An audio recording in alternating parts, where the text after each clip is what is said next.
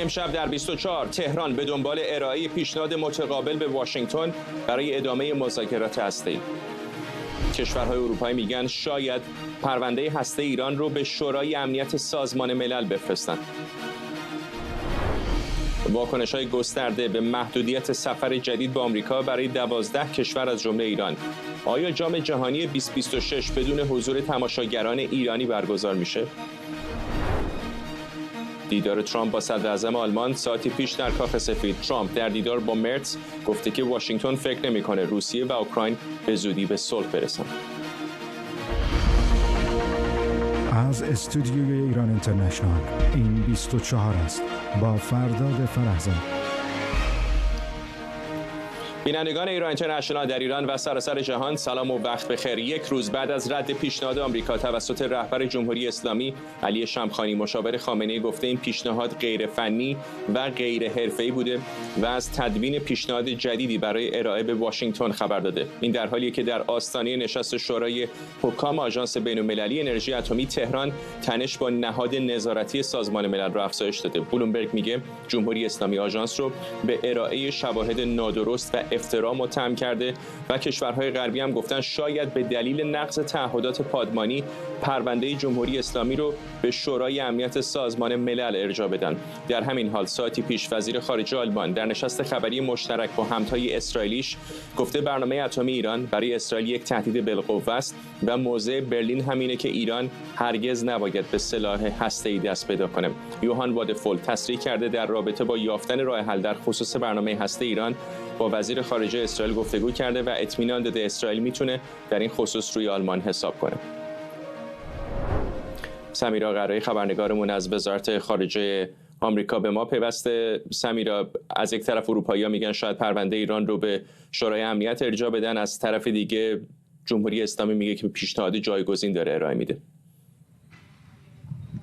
همینطوره. این بحث تیر و تار شدن روابط جمهوری اسلامی با آژانس، اقداماتی که الان کشورهای اروپایی میخوان انجام بدن، همین بحث ارجاع پرونده جمهوری اسلامی به شورای امنیت، اینها زیر سایه مذاکرات جمهوری اسلامی و آمریکا قرار گرفته. همین الان کنفرانس وزارت خارجه در جریان هست و سوالی در رابطه با طرح پیشنهادی آمریکا پرسیده شد و دور ششم، اینکه دور ششم آیا محلی خواهد بود که جمهوری اسلامی جواب پیشنهادات ایالات متحده رو بده یا نه، که معاون سخنگوی آقای تامی پیگت هست، معاون خانم بروس، او گفت که ما به زودی با ایرانی ها دیدار میکنیم. یعنی منوط نکرد آن دیدار پیش رو به اینکه جمهوری اسلامی جواب پیشنهادات رو آیا خواهد داد یا آیا صرفا دور ششم راجع به پاسخگویی به پیشنهادات آمریکا باشه یا نه. اما پیش از برگزاری این مذاکراتی که ما احتمال میدیم روز شنبه یا یک شنبه باشه در عمان، این بحث بالا گرفتن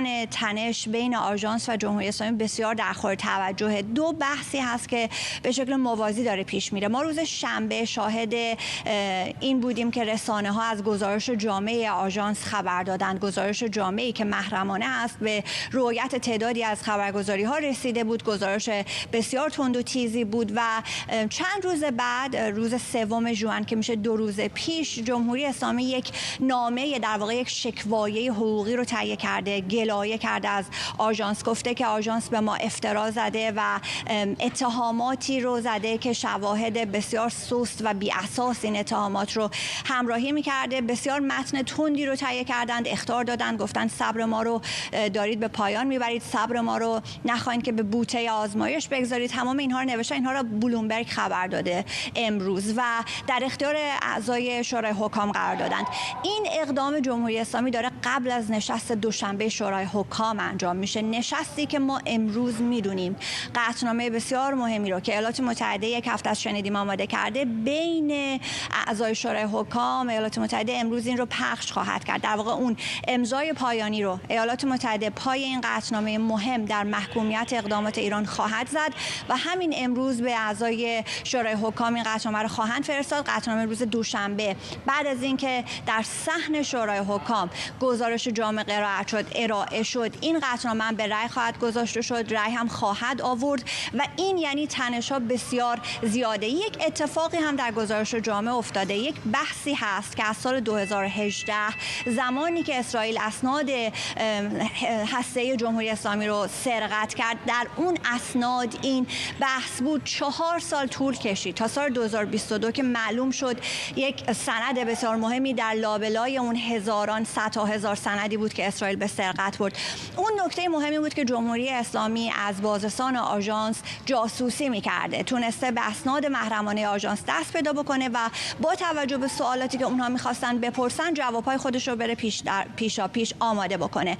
این در سال 2022 معلوم شد. آژانس هرگز به روی خودش نیاورد این اتفاق رو، این در رسانه‌ها میچرخید تا این گزارش جامعه که گروسی به روشنی راجع به این نوشته که جمهوری اسلامی به اسناد محرمانه ما دسترسی پیدا کرده و این کلیت همکاری آژانس رو ایران رو با آژانس زیر سوال میبره که این هم بسیار نکته درخور توجهی. همه این نکات رو گفتم که بگم به شدت روابط الان بین جمهوری اسلامی و آژانس، اگرچه که آقای گروسی در قاهره با عراقچی و گروسی در قاهره با هم دیدار کردن، ولی روابط الان بسیار پرتنش شده.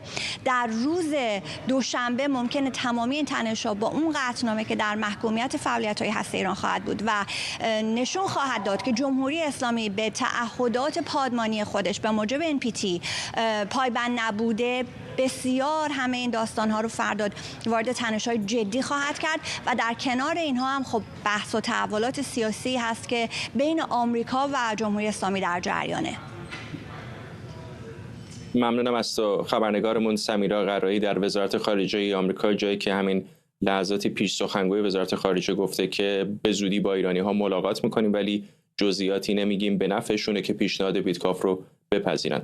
علیرضا نامور حقیقی تحلیلگر سیاسی هم از تورنتو کانادا به ما پیوسته. آقای نامور حقیقی، خیلی شبیه به قول انگلیسی‌ها رولرکوستر بالا پایین زیاد داشته این مذاکرات، الان به نظر میسه که به نقطه بسیار حساسی رسیده. به نظرتون به سمت شکست داریم میریم یا همچنان دریچه‌ای از امید برای نتیجه رسیدن این مذاکرات وجود داره؟ با سلام خدمت شما جناب آقای فرزاد گرامی و بینندگان و شنوندگان تلویزیون برنامه ایران اینترنشنال. ببینید، برای ایران انتظاری که داشت از پیشنهادات بیشتر از این چیزی که بود و این شکافی هم که ایجاد شد ناشی از همینه، موضع‌گیری تند مقامات هم ناشی از همینه. پیشنهادی که آمریکا داده عملاً گفته اگر بخواید کنسرسیوم باشه با اینا رو، این سانتریفیوژها رو باز کنید بیارید توی بیرون خاک ایران، و دوم اینه که باید ایران غنیسازیش صفر کنه. در مورد تحریم‌ها هم گفتن بعد از اینکه راسته آزمایی کردیم دو صحبت میکنن و در مورد ضمانت‌هایی هم که لحاظ حقوقی، امنیتی، سیاسی و اقتصادی قرار بوده مطرح کنن پاسخ روشنی داده نشده. بنابراین به نظر میرسه با توجه به این شرایط چالش جدی هست، ولی من فکر کنم هم ایرانی‌ها و هم آمریکایی‌ها فکر میکنن که میتونن ادامه بدن. دور جدید گفتگوها باز خواهد بود. ممکنه پیشنهادهای جدید و آفرهای جدید ایران بذاره روی میز، ولی به هر حال اصل قضیه این است که ایران اگر نخواد انعطاف حداکثری داشته باشه که بتونه توافقی رو بگیره، خب چالشاش خیلی بیشتره، چون گذشته زمان هم به نفع ایران نیست. آمریکایی‌ها مشکل ندارن، گذشته زمان به نفع آمریکایی‌هاست. نکته دوم اینه که هر چی کشدار بشه این احتمال داره که اسرائیلیا ممکنه اقداماتی علیه ایران کنند. کاری که اوکراین علیه روسیه انجام داد که بسیار همه رو شوک کرد و در عرصه سیاسی، نظامی، امنیتی کاملا تاریخ این نوع تقابل‌ها رو تغییر داد. همین نوع اقدامات رو هم ممکنه در مورد ایران انجام بدن و اون موقع بسیار موضع ایران بسیار تضعیف خواهد شد. طرف ایرانی میگه که پیشنهاد آلترناتیوی، جایگزینی به سمت آمریکایی فرستاده. به گمان شما چه خواهد بوده؟ احتمالاً غنیسازی 67% یا چیز دیگر؟ ببینید، پیشنهادی که گفت ممکنه توافقی انجام بشه اینه که ایران چند سال تعلیق بشه، بتونه تعلیق کنه و در مقابلش مثلا آمریکا یه بخش از تحریم‌های اولیه برداره. این یه چیزیست که ایرانی‌ها ممکنه قبول کنن. دیشب آقای صالحی گفت ما باید پیشنهاد بدیم که برای ترامپ هم یه پیروزی باشه. چیزی که برای آقای ترامپ بدون پیروزی باشه این است که در حوزه غنیسازی صفر که شعارش رو داده ایران چیزی بهش بده. تعلیق اون اون عنصر میانه است که میتونه کمک کنه به این حل مسئله. در غیر این صورت من فکر میکنم هم ایران مشکلاتش جدی با آژانس، ایران هم با آژانس مشکل داره الان، هم با اروپایی‌ها مشکل داره که اونا در آستانه فعال کردن مکانیزم باشن، همین که هنوز با آمریکا به توافق نرسیده. اینم در حالی است که هم از لحاظ اقتصادی، از لحاظ مسائل زیرساختی کشور، چالش‌های درون بلوک قدرت، همه اینا تو داخل ایران هم مشکل داره. بنابراین تنها راه حلی که من فکر می‌کنم این میتونه باشه. حالا باید دید که آمریکایی‌ها در این مورد چه واکنشی. اون برای اون قابل بحث برای دولت ترامپ مسئله تعلیق به نظر من میتونه مورد تأمل و توجه قرار بگیره. به اروپایی‌ها اشاره کردید، به نظر میسه که تنش با طرف اروپایی هم داره بالا میگیره. اونا همچنان دستشون باز هست برای فعال کردن مکانیزم ماشه و احیانا فرستادن موضوع به شورای امنیت. نقش اروپایی‌ها رو الان چطور میبینید؟ اروپایی‌ها به هر حال ببینید از چند جنبه با ایران مشکل دارن و ایران هم هیچ تلاش نکرده که این بخش رو بهبود ببخشه.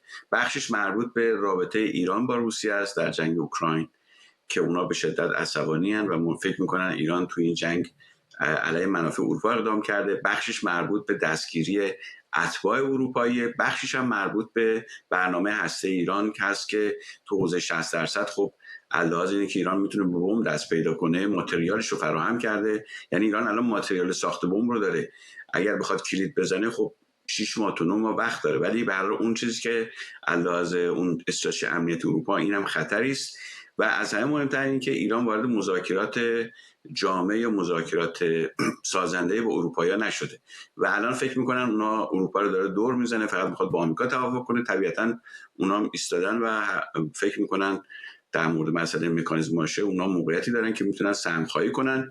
طبیعتاً ایران هم بایستی در این مورد توجه کنه که برای اونا میتونن این کارو بکنن.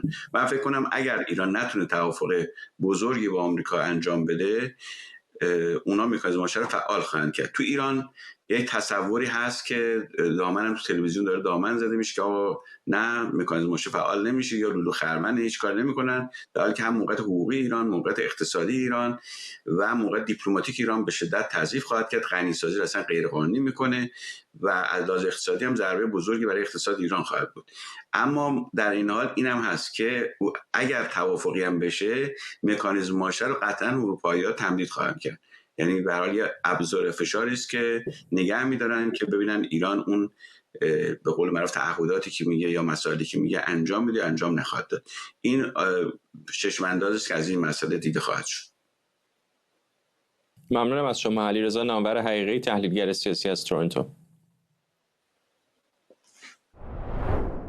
جیم ریش، عضو ارشد کمیته روابط خارجی سنا آمریکا، ساعتی پیشتر اظهاراتی نسبت به مذاکرات هسته‌ای با ایران ابراز بدبینی کرده و هشدار داده اگر ایران برای توقف غنیسازی اورانیوم توافق نکنه، اسرائیل علیه این کشور اقدام میکنه. آقای ریش در سخنرانیش در مؤسسه هاتسن ایران رو کشوری در حال فروپاشی خوند و خواهان تشدید تحریم‌ها علیه تهران و خریداران نفت شد. در همین حال سناتور جیمز لنگفورد در گفتگوی جداگانه به لزوم توجه آمریکا به تهدیدات نظامی و امنیتی ایران و فعالیت‌های بی‌ثبات کننده‌اش در خاورمیانه اشاره کرد.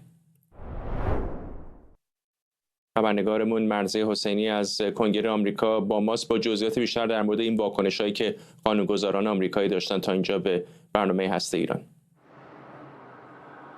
واکنش‌های متعددی وجود داشته در طول ساعات گذشته فردا، چه از آقای مورفی که در واقع خواهان ارائه شفافیت بیشتر شده، چه از آقای فترمن که صحبت از حمله نظامی مستقیم میکنه، یا افرادی مثل لنگفورد که به طور کلی عملاً هر گونه دیپلماسی رو در واقع زیر سوال میبرن و اظهار در واقع ناامیدی میکنن از اینکه این روند مذاکرات به سرانجام برسه. اما یک صدای واحد وجود داره و اون همین هست که حتی لحن آدم‌های دموکراتی که عملاً و در کل موافق دیپلماسی بودن و موافق برجام بودن به نظر میاد تا حدودی داره تغییر میکنه و یک استیصال و یک بدبینی واضح اینجا در کنگره رو ما شاهدش هستیم. من همین امروز صحبت کوتاهی داشتم با سناتور کریس مورفی. اجازه ببریم صداش رو بشنویم و برگردیم با متباقی توضیحات.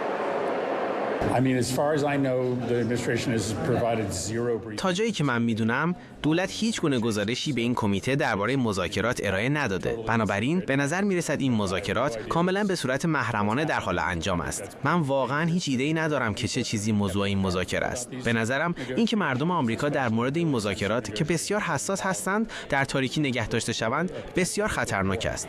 واقعا نمیدانم که آنها دارند درباره چه چیزی مذاکره می‌کنند. نمی‌توانم درباره موضوعی که هیچ اطلاعاتی درباره‌اش ندارم موضع‌گیری کنم. خب فرداد، همین آقای مورفی که عضو کمیته روابط خارجی مجلس سنای آمریکا هم هست، ما میدونیم فردی است که بارها از برجام حمایت کرده، موافق دیپلماسی بوده، اما انتقادش چنانچه در صدای خودش هم شنیدیم این هست که عملاً اینها میخوان از بند مذاکرات مطلع باشن. اینکه چرا آقای ترامپ کنگره رو مطلع نمیکنه همون موضوعی هست که این هم بهش اشاره کرد و تاکید کرد به طور کلی شرایط به عنوان یک خطر برای مردم آمریکا محسوب میشه. از طرف دیگه ما داریم صداهایی مثل آقای فترمن رو که عملاً روز گذشته توییتر و صحبت کرد که تنها راه حل حمله نظامی است و در واقع حرفش اینه که آقای ترامپ هم بیشتر وقت رو تلف نکنه. بعد از صحبت‌های آقای خامنه‌ای واضح هست دیپلماسی به جایی ره نخواهد برد. یک توییت مختصری هم زده، گفته ایران 1000 پوند تسلیحات غنی شده داره و راه حلش هم با همون بمب‌های 30000 پوندی هست که بمب‌های خوشه‌ای گفته میشه پنتاگون اساساً برای حمله به تأسیسات زیرزمینی ایران طراحی کرده و اون هم در بازه زمانی فعلی می‌دونیم با اون بمب افکن‌های B-52 در دیگو گارسیا مستقر شده. این افرادی مثل فترمن که خب از داخل حزب دموکرات چنین با صراحت در مورد جنگ صحبت بکنن چندان پیش از این سابقه نداشته. خیلی ها نسبت میدن اون رو به در واقع تحولات یک سال گذشته و اینکه اساساً فراید حزب فرای اینکه آیا شما دموکرات هستین یا جمهوری خواه هستین عملاً یک نگاه به مراتب بدبینانه تری وجود داره. همونطور که خود به اظهارات جیم ریش هم اشاره کردی و صحبت‌های مشابهی که توسط آقای لنگفورد هم مطرح شده، اینکه ایران یک بازیگر معمولی منطقه‌ای نیست، یک خطر منطقه‌ای هست و بحث مذاکرات هم تنها به سانتریفیوژ ها محدود نمیشه. بحث خطری هست که منطقه و آمریکا رو تهدید میکنه و ما باید در اطلاع باشیم. ممنونم از تو. مرضیه حسینی از کنگره آمریکا. رضا گوهرزاد روزنامه‌نگار و تحلیلگر سیاسی از ایرواین کالیفرنیا با ماست. آقای گوهرزاد، فشارها همینطور داره بیشتر میشه از کنگره آمریکا که همین الان حرفش رو زدیم بگیرید تا پایتخت‌های اروپایی. به نظرتون به کدام سمت داریم میریم؟ درود من بر شما و بر بینندگان گرامی و سپاس از دعوت به برنامه. ببین هنوز داره گفتگوها به سوی مذاکره کردن و دستیابی به یه توافق پیش میره، برای اینکه به هیچ روی آقای ترامپ علاقه‌مند نیست که درگیر یک جنگ بشه. این چیزی هم که شما اتفاقا در گزارش پخش کردین و مطرح کردن، چرا به سنا یا به کنگره خبری نمیدن از مفادش؟ حتی آقای مورفی که یک دموکرات است اینو میگه، باید نگاه کنه ببینه که آیا در دوران آقای اوباما برای برجام گزارشی داده شد؟ نه. برای اینکه اگر بخوام وارد این مرحله بشن که گزارش بدن که چی داره میشه و مرحله بعدی چی هست، در اصل اونا میخوان توافقی رو ببرن روی میز کنگره برای تصویب شدن که 3 ماه به طول خواهد انجامید و از همین اکنون روشنه که اون تصویب نخواهد شد. مفادش میخواد هر چیزی باشه. زمان آقای اوباما هم همینطوری شد، اسمش رو میگن توافق و یا موافقت نامه یا هر چیزی، ولی واقعیت اینه که این یه تفاهم نامه است، نه قرارداد نه توافق. میبینید آیا که دموکرات ها و محافظه‌کاران سنتی هم صدا بشن در اعتراض به آقای ترامپ در توافق احتمالی و حتی اگر یک توافق اولیه هم بین تهران و واشنگتن صورت بگیره اونها مثلا پاشنه آشیلش بشن؟ این یک امر طبیعیه که بی تردید خواهند شد.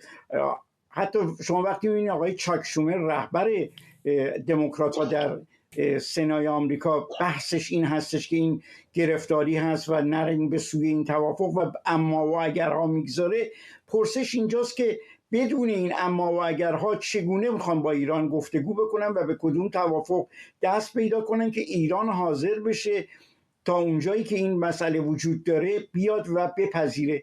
در آمریکا همون گونه که شما بهتر میدونید در واشنگتن چه در کنگره چه در کابینه آمریکا جناح‌های گوناگونی وجود داره در سر مسائل بین‌المللیشون. به ویژه الان می‌بینیم که مثلا خانم اورتگاس رو که بسیار طرفدار جنگ هست برکنار میکنن.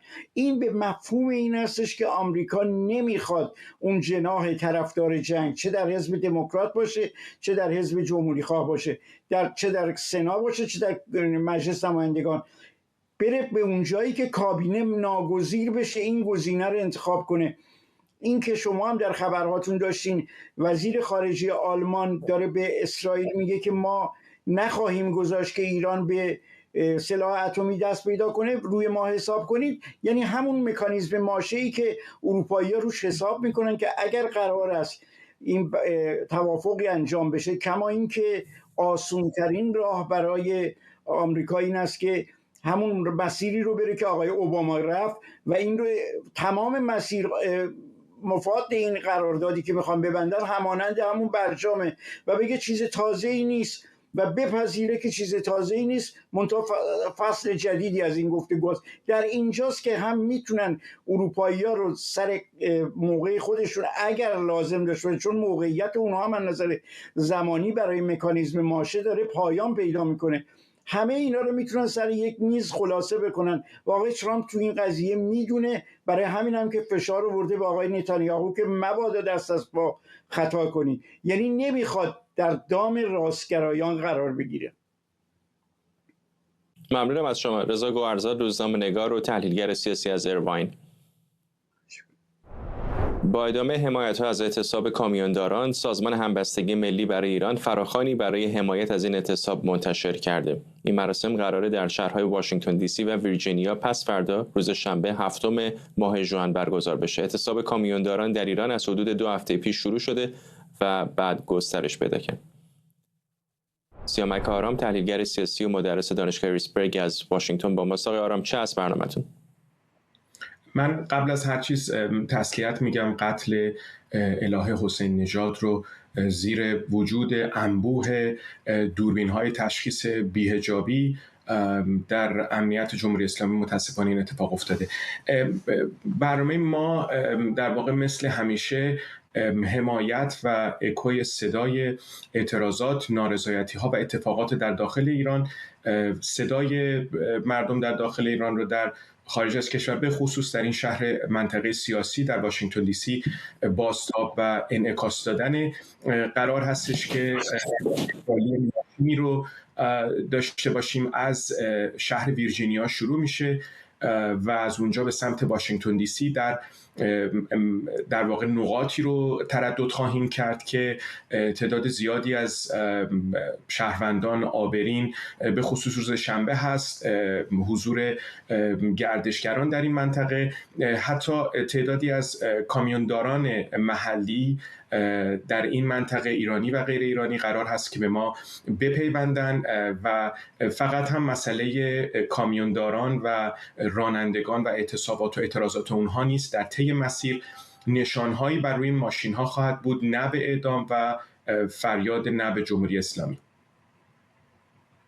چقدر فکر میکنید که مهم هست و تأثیر میتونه بذاره روی اعتصاباتی که در داخل ایران داره صورت میگیره؟ ببینید، مبارزات مردم در داخل ایران یک زنجیره است از حلقه‌های به هم پیوسته اقشار مختلف، خاستگاه‌های مختلف سیاسی، اصناف مختلف داخل و خارج از کشور. این حلقه‌های به هم پیوسته لازمه که مستمراً در واقع آکسیون‌ها، اعتراضات و کنش‌های مختلف خودشون رو ادامه بدن و در کنار همدیگه باشن. یک بخش از این حرکت ما همراهی با اتفاقات داخله و همراه کردن در واقع غیر ایرانی ها و ایرانی های مخالف جمهوری اسلامی در خارج از کشور در نقاط مختلف. همزمان با ما روز بعد، یعنی ما شنبه 7 ژوئن این برنامه رو داریم، 8 مثلا در مینیاپولیس این برنامه رالی ماشین هم برقراره. یه بخشی همراهیه، یه بخشی بازتاب صدای داخل در خیابون‌ها به مردم در آمریکا و رسانه ها و سیاستمداران. شهر مهمی است، شهر سیاسی هست، انعکاس اون اتفاقاتی که داره در واقع میفته فشار به سیاستمداران و رسانه هاست که انعکاس بدن، واکنش نشون بدن و حمایت کنن از اعتراضات و اعتصاباتی که در داخل داره اتفاق میفته. اگرچه ممکنه همه اینها لحظه‌ای و دفعی موجبات پایان جمهوری اسلامی نباشه، اما این زنجیره و حلقه های به هم پیوسته و همبستگی این حلقه ها در نهایت کمک خواهد کرد به این پیروزی و پایان جمهوری اسلامی. ممنونم از شما. سیامک آرام، تحلیلگر سیاسی و مدرس دانشگاه از واشنگتن. رئیس جمهوری آمریکا فرمانی اجرایی رو امضا کرده که سفر شهروندان ایران و 11 کشور دیگه به آمریکا رو با محدودیت‌های شدید مواجه کرده و ممنوعیت‌هایی هم برای شهروندان 7 کشور دیگه در نظر گرفته. بر اساس این فرمان افغانستان، میانمار، چاد، کنگو، گینه استوایی، اریتره، هایتی، لیبی، سومالی، سودان، یمن و ایران شامل ممنوعیت کامل سفرند.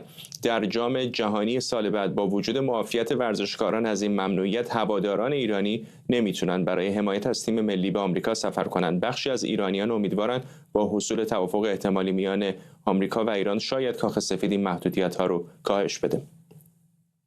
دونالد ترامپ ساعتی پیش در دیدار با صدر اعظم آلمان گفت این محدودیت‌های سفر برای 12 کشور هم باید خیلی زودتر از اینها اجرایی می‌شد. آقای ترامپ گفته دولت بایدن افراد شروری رو وارد آمریکا کرده و برای حفظ امنیت مردم آمریکا باید این افراد یک به یک از کشور اخراج بشن.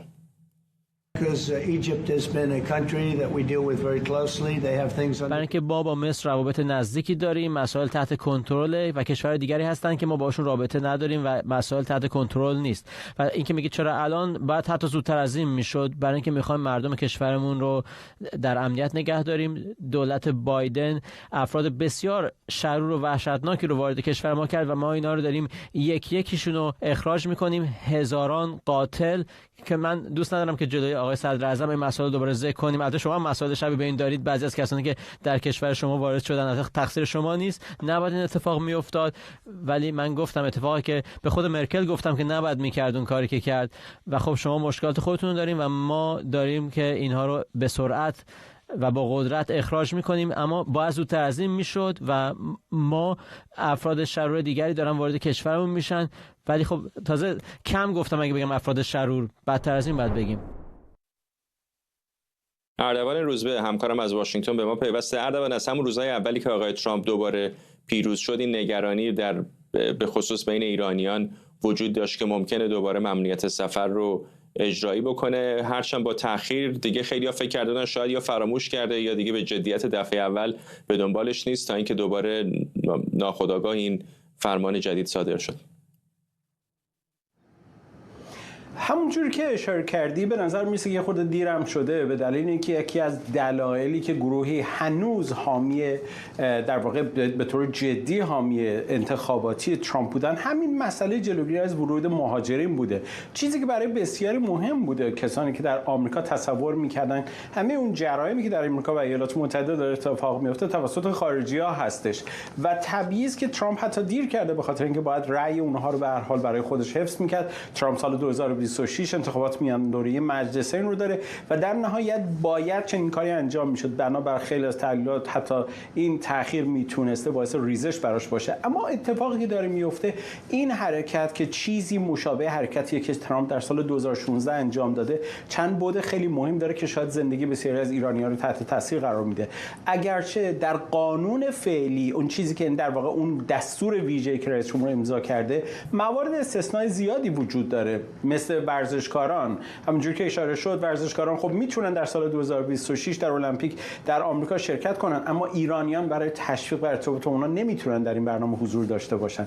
از طرف دیگه برای کسانی که ارتباط نزدیک خانوادگی دارن و شهروندان آمریکایی که پدر، مادر، برادر یا خواهران دارن، در واقع خاله، خواهر و برادر نه ولی فرزند یا پدر و مادری دارن که رابطه اول باشون حساب بشه، اونا پروندهشون بررسی خواهد شد.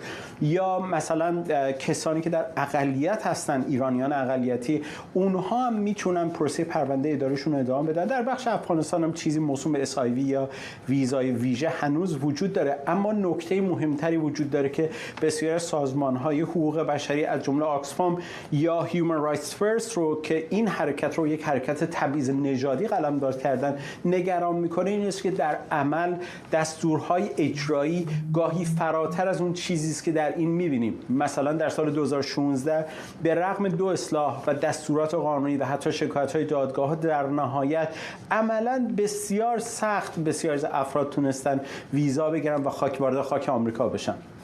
و حالا برای ایرانی‌ها این مسئله وجود داره. در عمل بسیار از پرونده‌های بازی که وجود دارن میتونه همینجور باقی بمونه و یعنی متوقف کردن همه چیز برای 3 سال آینده. ممنونم از تو. مردوان روزبه همکارم از واشنگتن. آرش آرامش حقوقدان و کارشناس امنیت ملی هم از واشنگتن به ما پیوسته. آقای آرامش، به نظر میرسه که با توجه به راههای گریزی که گذاشتن در مقایسه با دفعه اول شاید از نظر حقوقی چندان با چالش‌های زیادی روبرو نشه، اینطور نیست؟ دقیقاً درست می‌فرمایید. اون چیزی که متن فرمان اجرایی یا پروکلمیشن بگیم دستور اجرایی از دفتر رئیس جمهور که آمده یا املاک حکومتی خیلی بهتر نوشته شده. دفعه پیش من خوب یادمه بعد از ارزم به حضور شما تحلیف ریاست جمهوری همیشه 20 ژانویه است، اوایل ماه فوریه بود که یا اواخر ماه ژانویه بود، معذرت می‌خوام، یعنی چند روزی از اون نگذشته بود که شروع کرد به کارهای عجیب و غریب کردن و به یکی از اونها هم اعلام یک همچین فرمانی بود و فله همه رو گذاشت روی فرمان منع سفر. با چالش‌های بسیار زیادی روبرو شد. بخش بسیار بزرگی از این فرمان اجرایی رو اون موقع دادگاه زدن، ولی در نهایت در سال 2018 دیوان عالی کشور گفت بالاخره حق رئیس جمهور و از به قول معروف اختیاراتش که بتونه به اجازه ورود یا منع ورود رو به اتباع کشورهای مختلف بده. بیایم سر مسئله امسال. این دفعه خیلی بهتر نوشتن این قانون رو. بهتر برای کی؟ برای ترامپ و شرکا که میخوان جلوگیری بکنن از آمدن اتباع سری کشورهای خاص. 3 کشور هستن که به صورت خیلی جدی و جالب اسمشون حذف شده: کره شمالی، رفیق شفیق آقای ترامپ آقای کیم جانگ اون، عراق و سوریه.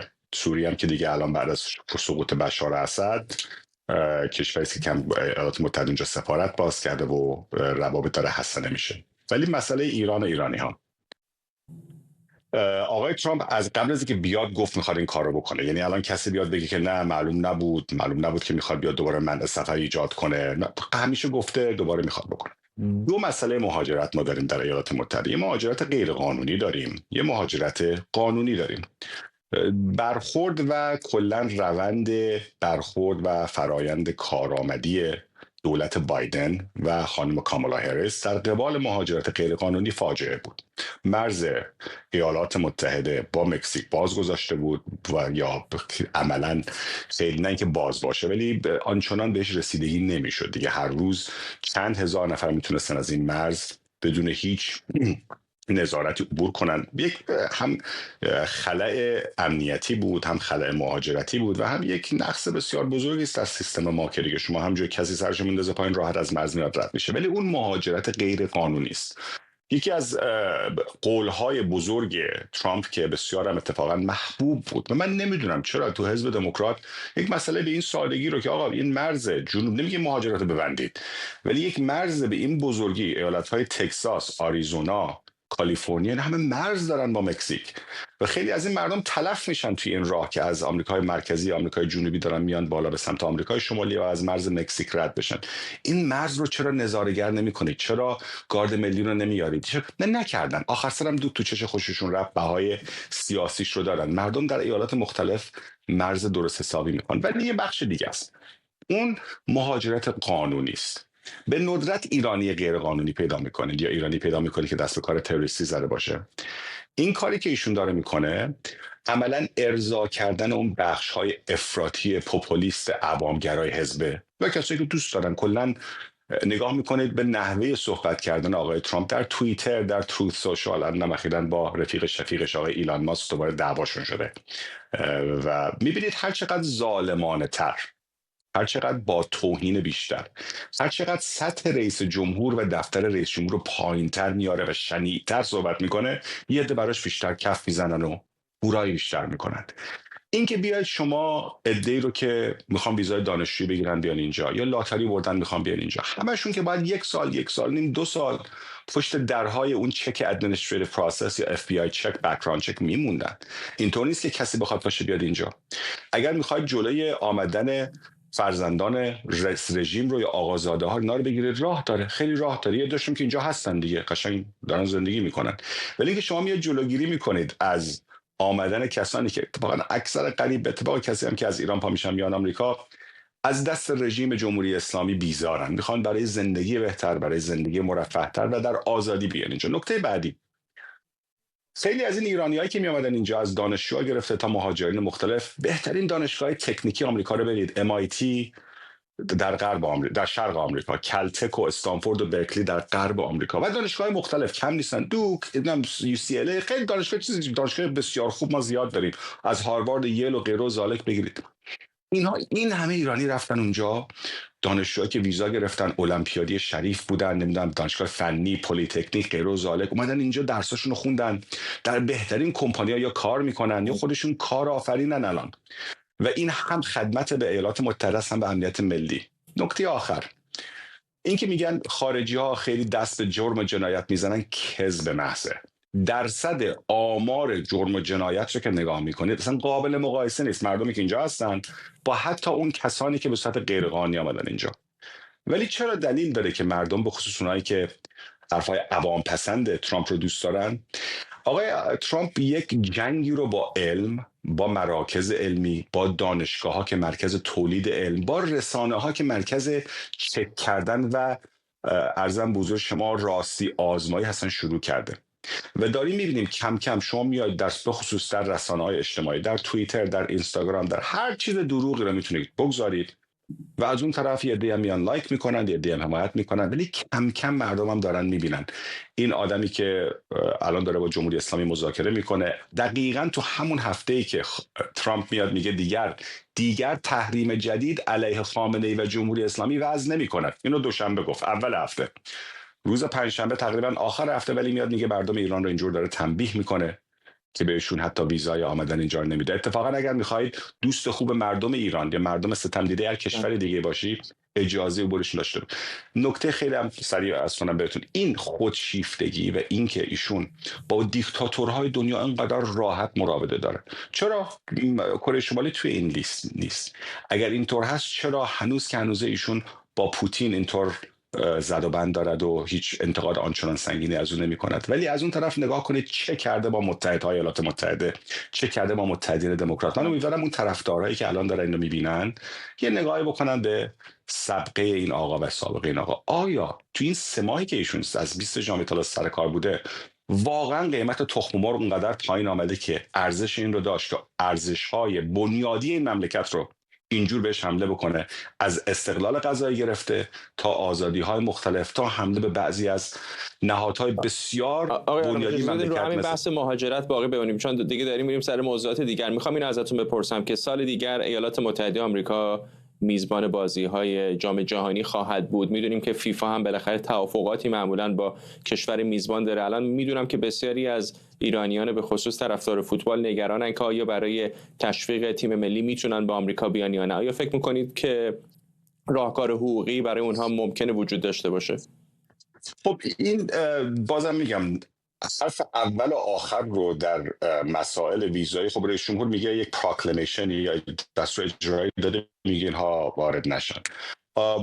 از اون طرف اون استثناءاتی هست اینجا که ما حتی اونهایی هم که منعن استثناء همیشه هست بهش میگن ویور، اجازه خاص میشه گرفت از دولت برای اونها.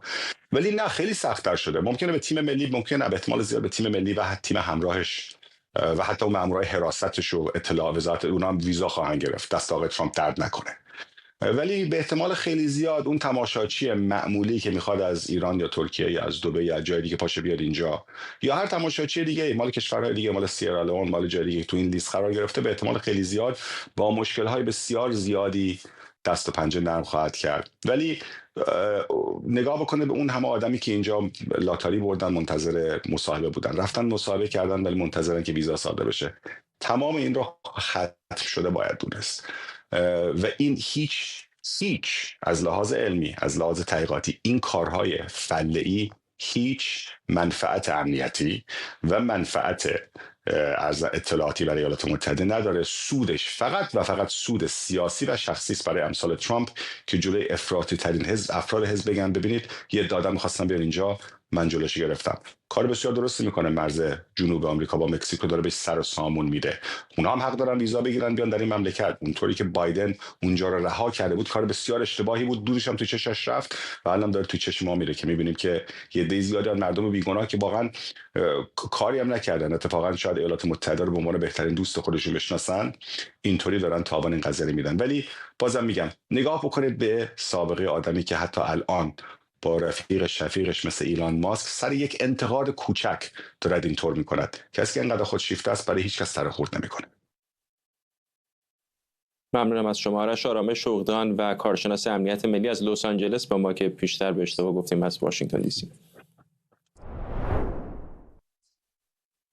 صدر اعظم جدید آلمان ساعتی پیش در اولین سفر رسمیش به آمریکا با دونالد ترامپ در کاخ سفید دیدار کرد. فریدریش مرتز در این دیدار درباره جنگ روسیه و اوکراین، تجارت و افزایش هزینه‌های دفاعی در ناتو با ترامپ گفتگو کرد. درباره جنگ اوکراین، صدر اعظم آلمان گفته آمریکا در موقعیت قدرتمندی قرار داره تا به جنگ اوکراین پایان بده، هرچند که ترامپ در این جلسه گفت فکر نمی‌کنه روسیه و اوکراین به توافقی دست پیدا کنند.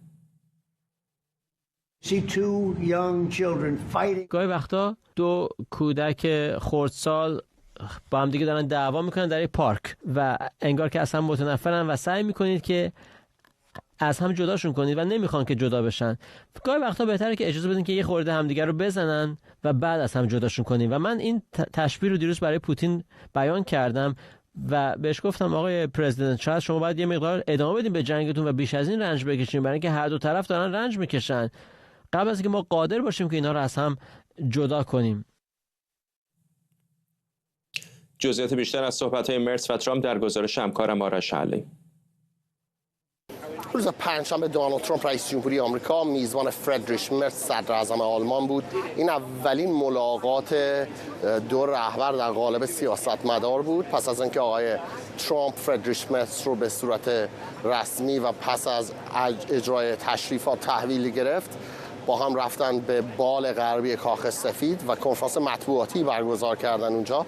بیشتر سوالاتی که از دو رهبر پرسیده شد در جریان این کنفرانس مطبوعاتی حول و حوش مسئله اوکراین، آینده ناتو، انسجام دفاعی ناتو و همچنین استقلال دفاعی اروپا از آمریکا صورت گرفت. آقای ترامپ در طول این کنفرانس مطبوعاتی بارها تکرار کرد که حمایت میکنه از ناتو و آمریکا متحد هست به حمایت از ناتو. و در ضمن وقتی پرسیده شد در مورد یک مکالمه تلفنی که آقای ترامپ روز چهارشنبه داشته است با ولادیمیر پوتین رئیس جمهوری روسیه، وقتی از ایشون در این مورد سوال شد گفت بعضی وقتا وقتی دو کودک با هم دیگه دعوا میکنن یا دو فردی که خیلی از هم دیگه متنفر هستن باید اجازه داد که این دو نفر خشمشون رو روی همدیگه تا حدودی خالی کنن. ایشون یک در واقع یک تحلیل ورزشی به کار برد و گفت مثلا در هاکی روی یخ وقتی دو نفر به هم برخورد میکنن خیلی اصلا متنفرن، خشم دارن، هیجان بسیار بالایی دارن، داور ول میکنه یه خورده همدیگه رو بزنن تا یه خورده خشمشون خالی بشه. و گفت شاید این چیز قشنگی نباشه برای گفتن، ولی گفت مدت هاست دولتش داره تلاش میکنه این دو طرف رو از هم جدا کنه. گفت روس‌ها از اوکراینیا و اوکراینی‌ها از روس‌ها متنفرن، زلنسکی و پوتین از هم دیگه متنفرن و گفت شاید بعضی وقتا باید اجازه داد این دو نفر به زد و خوردشون ادامه بدن تا خشمشون تا حدودی خالی بشود. آرش علایی، کاخ سفید. خب در پایان برنامه قبل از خداحافظی فرصت کوتاهی داریم تا تصاویر زنده ببینیم از جنوب بیروت، منطقه بعبدا که ساعتی بعد از هشدار تخلیه ارتش اسرائیل نگرانی‌ها در اونجا افزایش پیدا کرده. همونطور که از بلندی‌های بعبدا احتمالاً دارید می‌بینید، در حالی که تنش‌ها در مرز اسرائیل به شکل بی‌سابقه‌ای شدت گرفته، ارتش امروز با صدور بیانیه‌ای رسمی از ساکنان مناطق مرزی لبنان به ویژه در اطراف نبطیه سور و همین جنوب بیروت خواسته که فوراً این مناطق رو ترک بکنن. این هشدار در پی تشدید درگیری‌ها با حزب الله لبنان صادر شده، گروهی که در هفته اخیر با افزایش حملات راکتی تنش رو با اسرائیل بالا برده. ممنون از همراهیتون با برنامه 24 امشب. این برنامه رو کمی دیرتر میتونید در یوتیوب ایران اینترنشنال هم ببینید و تا برنامه بعدی بدرود.